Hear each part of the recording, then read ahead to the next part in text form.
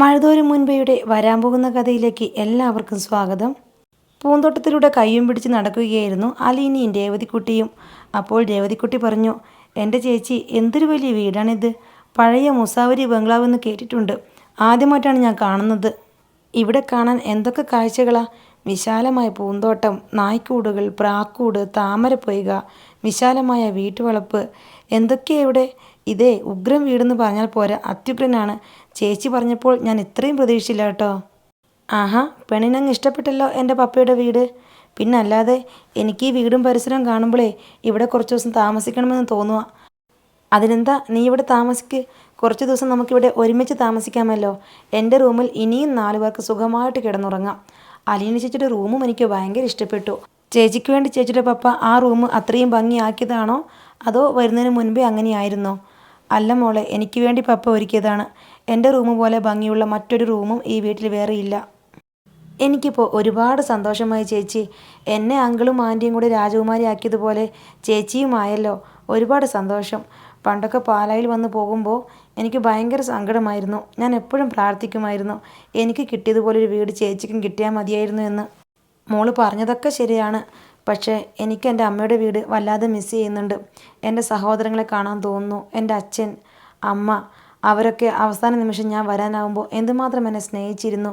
അവരെന്നെ സ്നേഹിച്ചു തുടങ്ങിയപ്പോഴേക്കും എനിക്ക് ഇങ്ങോട്ട് വരേണ്ടി വന്നു. ചേച്ചി ഒരാളുടെ പേര് പറഞ്ഞില്ല, എൻ്റെ പാവം മനുവേട്ടനെ. മനുവേട്ടൻ തുടക്കം മുതൽ അവസാനം വരെ ചേച്ചിയെ സ്നേഹിച്ചിട്ടല്ലേ ഉള്ളൂ.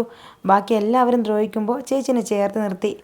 ഞാൻ പറഞ്ഞില്ലെന്നേ ഉള്ളൂടി, എനിക്ക് മനുവേട്ടനെയും ഒരുപാട് മിസ് ചെയ്യുന്നുണ്ട്. പാവം മനുവേട്ടനിപ്പോൾ ഭയങ്കര പേടിയാണ് എന്നെ നഷ്ടപ്പെടുമോ എന്ന്. അതെന്താ ചേച്ചി അങ്ങനൊരു പേടി വരാൻ? അതിനെക്കുറിച്ച് എന്തെങ്കിലും സംസാരമുണ്ടായോ? അതിപ്പം മോളെ, എനിക്കിപ്പോൾ ചോദിക്കാനും പറയാനും പപ്പയുണ്ടല്ലോ. മുൻപൊക്കെ ആയിരുന്നെങ്കിൽ അച്ഛൻ മാത്രമല്ലേ ഉണ്ടായിരുന്നുള്ളൂ. അപ്പോൾ അച്ഛൻ്റെ സമ്മതം മാത്രം മതിയായിരുന്നു. പക്ഷേ ഇപ്പോൾ ഇനി എൻ്റെ പപ്പയുടെയും കൂടെ സമ്മതം വേണ്ടേ? അതൊന്നും ശരിയാവില്ല ചേച്ചി. മനുവേട്ടനെ വിട്ടിട്ടുള്ള ഒരു കളിയും വേണ്ട. ചേച്ചിക്ക് ആരുമില്ലാത്തപ്പോഴേ മനുവേട്ടൻ മാത്രമേ ഉണ്ടായിരുന്നുള്ളൂ. അതൊരിക്കലും മറക്കരുത്. എല്ലാം എനിക്കറിയാം മോളെ. ഞാൻ മനുവേട്ടൻ ചെയ്തതൊന്നും ഒരിക്കലും മറക്കില്ല. എനിക്ക് മനുവേട്ടനെ മറക്കാനും കഴിയില്ല. ഞാൻ മനുവേട്ടനെ ഒരുപാട് സ്നേഹിക്കുന്നുണ്ട്. എല്ലാം പതിയെ ശരിയാവും. ചേച്ചി ഇപ്പോൾ നല്ല സുന്ദരിയായിട്ടുണ്ട് കേട്ടോ.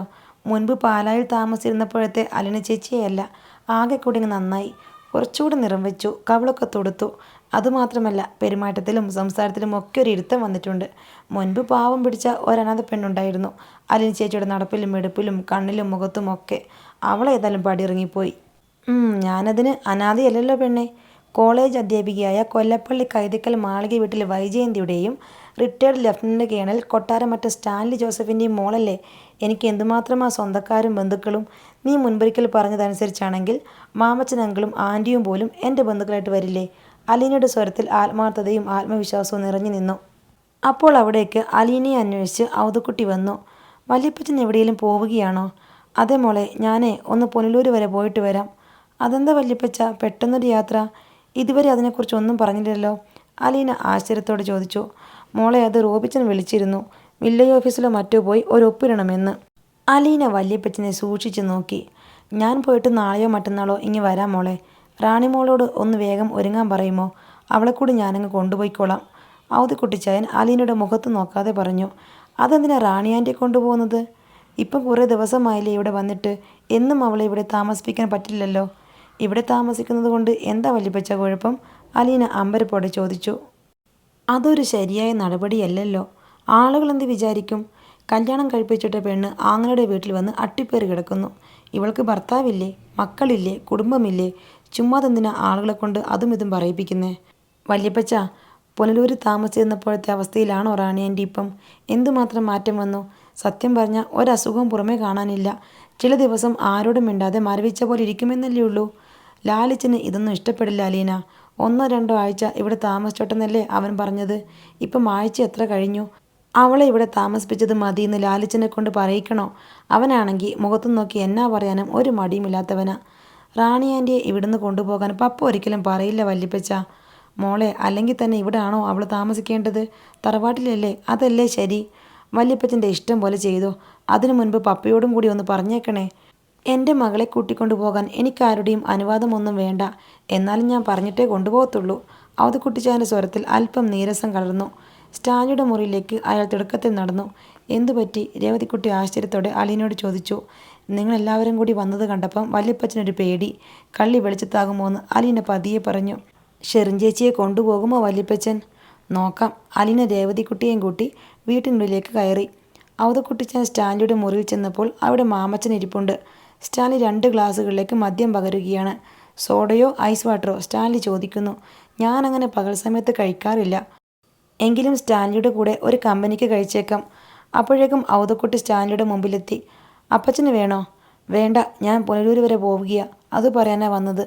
ശരി, പോയിട്ട് വാ. റാണിമോളെയും കൊണ്ടുപോകും. കുറേ നാളായില്ലേ അവളിവിടെ വന്നിട്ട്. അതെന്തിനാ അവളെ കൊണ്ടുപോകുന്നേ? ഇവിടെ അവൾക്ക് നല്ല ചേഞ്ച് ഉണ്ടല്ലോ. ഡോക്ടറെ കാണിക്കേണ്ട സമയമായി. ഒരു ചെക്കപ്പ് നടത്തുന്നത് നല്ലതാ. മരുന്നിൻ്റെ ഡോസ് കുറയണോ വേണ്ടയോ എന്ന് അറിയണ്ടേ? അലീനോട് പറഞ്ഞോ? പറഞ്ഞു. ഇതൊന്നും ആരും പറഞ്ഞു കേട്ടില്ലല്ലോ. പെട്ടെന്ന് തീരുമാനിച്ചതാണോ? റോബിച്ചനെ വിളിച്ചപ്പം അവനാ പറഞ്ഞത് റാണിമോളെ ഡോക്ടറുടെ അടുത്ത് കൊണ്ടുപോകേണ്ട സമയം കഴിഞ്ഞല്ലോ എന്ന്. ഞാനതങ്ങ് മറന്നുപോയി. അപ്പച്ചൻ തിരിച്ചു വരുമ്പോൾ അവളെയും തിരിച്ചു കൊണ്ടുവരില്ലേ? നോക്കട്ടെ. ഔതക്കുട്ടിച്ചൻ പോകാനായി തിരിഞ്ഞപ്പോൾ വാതിലിൻ്റെ കട്ടിലിൽ ചാരി അലീന നിൽക്കുന്നത് കണ്ടു. അവളുടെ പിന്നിൽ രേവതിക്കുട്ടി നിൽപ്പുണ്ട്. വല്യപ്പച്ച, നാളെ രാവിലെ പോയാലും റാണി ആൻറ്റി ഡോക്ടറുടെ അടുത്ത് ചെക്കപ്പിന് കൊണ്ടുപോകാൻ പറ്റില്ലേ? ഇന്ന് വൈകുന്നേരമേ ഡോക്ടറെ കാണാൻ പറ്റൂ. അത് കഴിഞ്ഞാൽ പിന്നെ അടുത്ത വെള്ളിയാഴ്ച ആകണം, ഔതക്കുട്ടി പറഞ്ഞു. വല്യപ്പച്ചൻ എന്നോട് പറഞ്ഞത് വില്ലേജ് ഓഫീസിൽ പോയി അത്യാവശ്യമായിട്ട് ഒരു ഒപ്പിടണം, റോബിച്ചൻ വിളിച്ചു പറഞ്ഞു എന്നൊക്കെയല്ലേ? ആ, അതുമുണ്ട്. റാണി ആൻറ്റിയെ ഇന്ന് ഇവിടുന്ന് വിളിച്ചുകൊണ്ട് പോയാൽ വല്യപ്പച്ചന് സത്യം മൂടി വെക്കാൻ പറ്റുമോ? സത്യം മൂടി വെക്കാനോ? നീ എന്താ മോളെ പറയുന്നേ? ഏത് സത്യം? എന്ത് സത്യം? ഈ ഇരിക്കുന്ന മാമച്ചൻ അങ്കിളിൻ്റെ മോനും റാണി ആൻറ്റിയും തമ്മിൽ സ്നേഹിച്ചിരുന്നു എന്ന സത്യം. ആ മോൻ്റെ കുഞ്ഞിനെ റാണി ആൻറ്റി ഗർഭം ധരിച്ച് പ്രസവിച്ചു എന്നുള്ള സത്യം.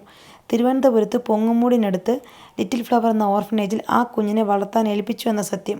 അലീന പറയുന്നത് കേട്ട് ഔതക്കുട്ടി സ്തബ്ധനായി നിന്നുപോയി. മുഖം വിളറി വെളുത്തു. അലീന പറഞ്ഞു നിർത്തിയതും ഒരു നിശബ്ദത ആ മുറിയിൽ നിറഞ്ഞു. അയാൾ ആരുടെയും മുഖത്ത് നോക്കാതെ തല കുനിച്ച് മുറിവിട്ടിറങ്ങി. ഔതക്കുട്ടിച്ചാൻ മുറിവിട്ട് പോയതിനു ശേഷമുള്ള നിശബ്ദത അല്പനേരം നീണ്ടു നിന്നു. മാമച്ചൻ പ്രതീക്ഷയോടെ സ്റ്റാൻലിയെ നോക്കി. സത്യം പറഞ്ഞാൽ എനിക്ക് കഥകളൊന്നും അറിയില്ലായിരുന്നു, സ്റ്റാൻലി മാമച്ചനോട് പറഞ്ഞു. നിങ്ങളുടെ മകനും ഷെറിനും തമ്മിലുണ്ടായിരുന്ന സ്നേഹത്തെപ്പറ്റി എന്നോടാരും പറഞ്ഞിട്ടില്ല. ഈ അടുത്തിടയ്ക്ക് അലീനയാണ് എന്നോട് ഈ സംഭവങ്ങളെല്ലാം പറയുന്നത്. അവളിതെല്ലാം എങ്ങനെ അറിഞ്ഞുവെന്നോർത്തിട്ട് എനിക്കിപ്പോഴും അതിശയം തീർന്നിട്ടില്ല. മിസ്റ്റർ മാമച്ചനും കുടുംബവുമായിട്ട് അലീനയ്ക്ക് ഇത്ര അടുത്ത ബന്ധമുണ്ടായിരുന്നു എന്നത് തന്നെ ഞാൻ ഇപ്പോഴാണ് അറിയുന്നത്. നീ ഇതെല്ലാം എന്തുകൊണ്ടാണ് നേരത്തെ സ്റ്റാൻലിയോട് പറയാഞ്ഞത്? മാമച്ചൻ അലീനയോട് ചോദിച്ചു. അങ്കിളെ, ഞാനിവിടെ വന്നിട്ട് തന്നെ 3 മാസമല്ലേ ആയിട്ടുള്ളൂ. പപ്പ എൻ്റെ അടുത്ത് വർത്തമാനമൊന്നും പറയത്തില്ലായിരുന്നു.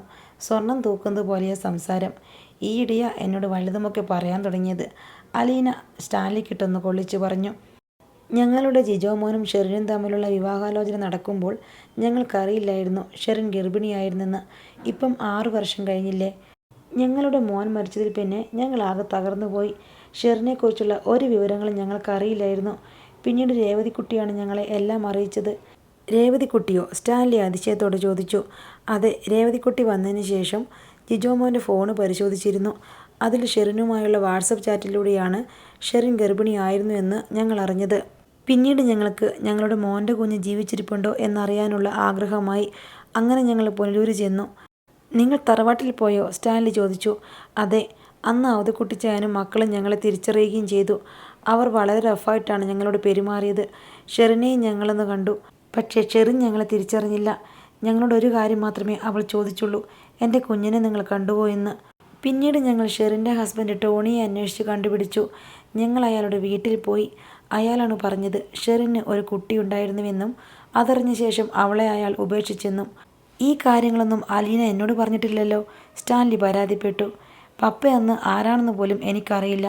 പപ്പയ്ക്ക് എന്നെയും അറിയില്ല. പിന്നെങ്ങനെ ഞാൻ പറയുന്നേ? അലീന തിരിച്ചും ചോദിച്ചു. ഓ, അത് ശരിയാണല്ലോ, സ്റ്റാൻലി സമ്മതിച്ചു. അലീന ഇവിടെ എത്തി കുറേ നാൾ കഴിഞ്ഞാണ് ഞങ്ങൾ അറിയുന്നത് മിസ്റ്റർ സ്റ്റാൻലിയുടെ അനുജത്തിയാണ് ഷെറിൻ എന്ന വിവരം. അലീനയും അപ്പോഴാണ് അറിഞ്ഞത്. ഷെറിൻ്റെ കുഞ്ഞ് ജീവിച്ചിരിപ്പുണ്ടെങ്കിൽ ആ കുഞ്ഞിനെ വീണ്ടെടുക്കുന്നതിൽ മിസ്റ്റർ സ്റ്റാൻലി ഞങ്ങളെ സഹായിക്കണമെന്നാണ് ഞങ്ങളുടെ അപേക്ഷ. കാരണം ഞങ്ങളുടെ മകൻ്റെ കുഞ്ഞാണത്. മാമച്ചന് വികാരാധീനനായി. ഞങ്ങൾ ആ കുഞ്ഞിനെ ഞങ്ങളുടെ ജീവനെപ്പോലെ കരുതി സ്നേഹിച്ചു വളർത്തിക്കൊള്ളാം. ഞങ്ങളുടെ മകൻ ഈ ഭൂമിയിലുണ്ടായിരുന്നു എന്ന സത്യത്തിൻ്റെ ജീവനുള്ള ഒരേയൊരു അടയാളമാണ് ആ കുഞ്ഞ്. എൻ്റെ മുൻപിൽ ഒരേ ഒരു വഴിയേ ഉള്ളൂ മിസ്റ്റർ മാമച്ചൻ. അപ്പച്ചനോട് ചോദിക്കാം ആ കുട്ടിക്ക് എന്ത് സംഭവിച്ചു എന്ന്. പക്ഷേ അപ്പച്ചൻ കൈമലർത്തുകയുള്ളൂ. സമ്മതിക്കാൻ മനസ്സിലാത്ത ഒരു കാര്യം അപ്പച്ചൻ ജീവൻ പോയാലും സമ്മതിച്ചു തരില്ല. ഇപ്പോൾ തന്നെ കണ്ടില്ലേ, അപ്പച്ചന് കാര്യം മനസ്സിലായി. നിങ്ങളിവിടെ വന്നു, ഷെറിനെ കണ്ടു, ഇനി കുഞ്ഞെവിടെ എന്ന ചോദ്യമുണ്ടാകും. അത് മുൻകൂട്ടി കണ്ടിട്ടാണ് അപ്പച്ചൻ ഷെറിനെയും കൂട്ടി സ്ഥലം വിടാൻ നോക്കുന്നത്, സ്റ്റാൻലി വെളിപ്പെടുത്തി. താങ്കൾ മനസ്സ് വച്ചാൽ ഔതക്കുട്ടിച്ചായനെ തടയാൻ പറ്റില്ലേ? ഞാൻ പോകേണ്ടെന്ന് പറഞ്ഞാലൊന്നും അപ്പച്ചൻ നിൽക്കില്ല. എന്നോട് അത്രയ്ക്കൊരു മമതയൊന്നുമില്ല. അലീന ഇവിടെ വന്നതിന് ശേഷമാണ് അപ്പച്ചൻ ഇവിടെ വന്ന് താമസം തുടങ്ങിയത് തന്നെ. അവൾക്കുള്ളതിൻ്റെ 100-1 സ്വാധീനം പോലും അപ്പച്ചൻ്റെ അടുത്ത് എനിക്കില്ല എന്നതാണ് സത്യം. വല്യപ്പച്ചൻ പോയിക്കോട്ടെ, പക്ഷെ റാണി ആൻറ്റിയെ കൊണ്ടുപോകാൻ പറ്റില്ലെന്ന് പപ്പയ്ക്ക് പറഞ്ഞുകൂടെ? അലീന ചോദിച്ചു. അപ്പച്ചൻ്റെ മോളല്ലേ, അപ്പച്ചന് തന്നെയാണ് അവളുടെ കാര്യത്തിൽ തീരുമാനമെടുക്കാനുള്ള പൂർണ്ണ അവകാശം. നിന്റെ കാര്യത്തിൽ എനിക്കുള്ളതുപോലെ തന്നെ. ഇപ്പം ശരിക്കും ആരാ റാണി ആൻറ്റിയുടെ ലോക്കൽ ഗാർഡിയൻ? അലീന വാദിച്ചു. റാണി ആൻറ്റി ഇവിടെ താമസിക്കുമ്പം പപ്പ തന്നെയാ. പപ്പയല്ലേ മക്കളിൽ മൂത്തയാൾ. അപ്പോൾ പപ്പയുടെ വാക്കിന് തന്നെയാണ് മുൻതൂക്കം. ഞാൻ ഇതിൻ്റെ പേരിൽ എൻ്റെ അനുജന്മാരോടും അപ്പച്ചനോടും വഴക്കടിക്കണോ? സ്റ്റാൻലിയുടെ സ്വരത്തിൽ നീരസം കലർന്നു. ഇവിടെ വന്ന ശേഷം റാണി ആൻറ്റിക്ക് എന്തുമാത്രം മാറ്റമുണ്ടെന്ന് പപ്പയും കാണുന്നതല്ലേ. ഇനിയും തറവാട്ടിലേക്ക് കൊണ്ടുപോയാൽ പഴയ അവസ്ഥ തന്നെയാകും. പപ്പ ആരോടും വഴക്കിനൊന്നും പോകണ്ട, സ്നേഹമായിട്ട് പറഞ്ഞാൽ മതി. മാമച്ചൻ പ്രതീക്ഷയോടെ സ്റ്റാൻലിയെ നോക്കി. സ്റ്റാൻലി അല്പനേരം ചിന്തിച്ചിരുന്നു. അലീനയുടെ മുറിയിൽ സംസാരിച്ചു കൊണ്ടിരിക്കുകയായിരുന്നു ഗ്രേസമ്മയും ഷെറിനും.